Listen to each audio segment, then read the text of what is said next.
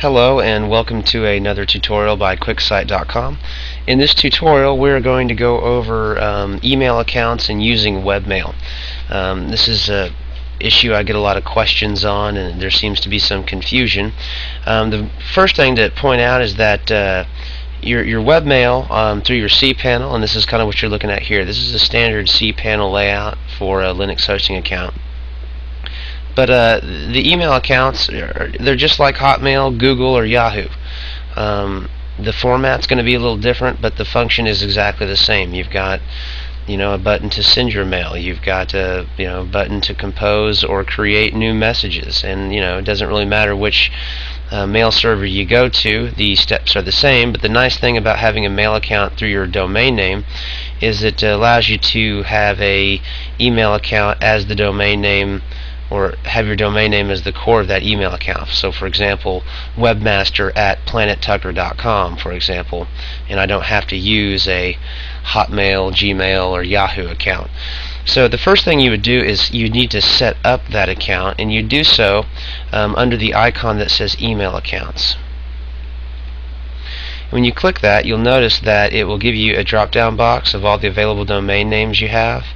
And again, this is top grade hosting, so if I wanted to type in, I'm not going to actually say these changes, but I'm just going to say new email account.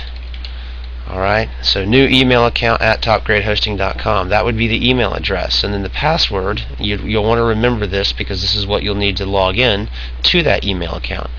And you type the password here, and then of course you type it again there.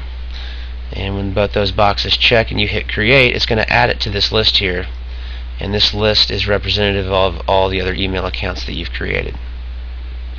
Once you've created those email accounts, there's actually two ways to check your webmail. One way is to go to the icon directly to the right of the email account icon. You can click that, and when you do, it says go to webmail,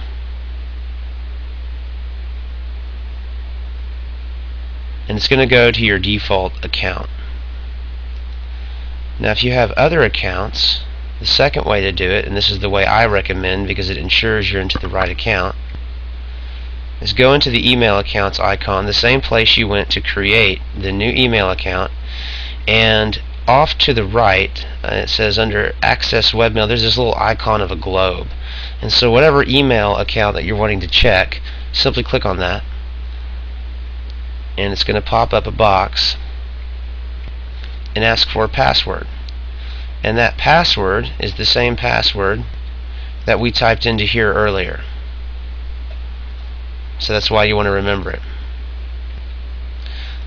But otherwise, once you type your password in,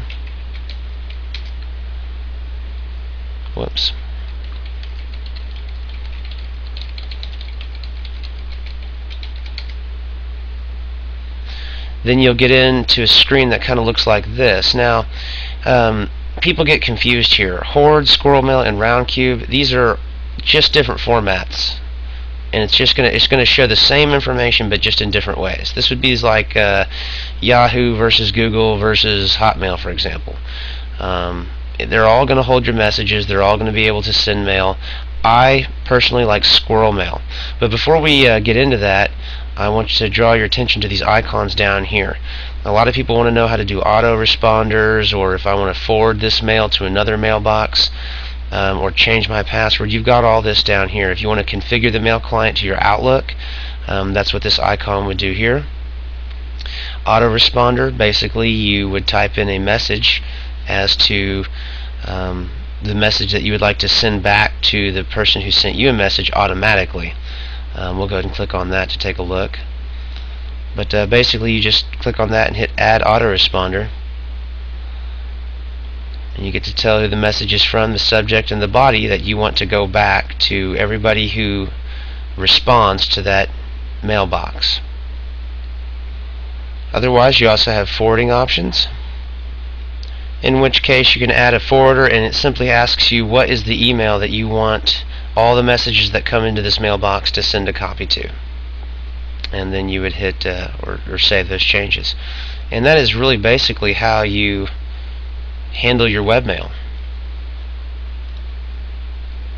So again, it can all be done through your Cpanel, through the email account's icon. Again, you can use the webmail icon to get to your webmail, your default account. Otherwise, I would suggest you use the email account's icon, because this allows you to both create new accounts and also to access the ones that you have. Also, you'll notice you have a delete function, change quota, change password, and you can also configure the mail client under this functions column here. And that is how you would use your webmail through your cPanel, and that concludes this.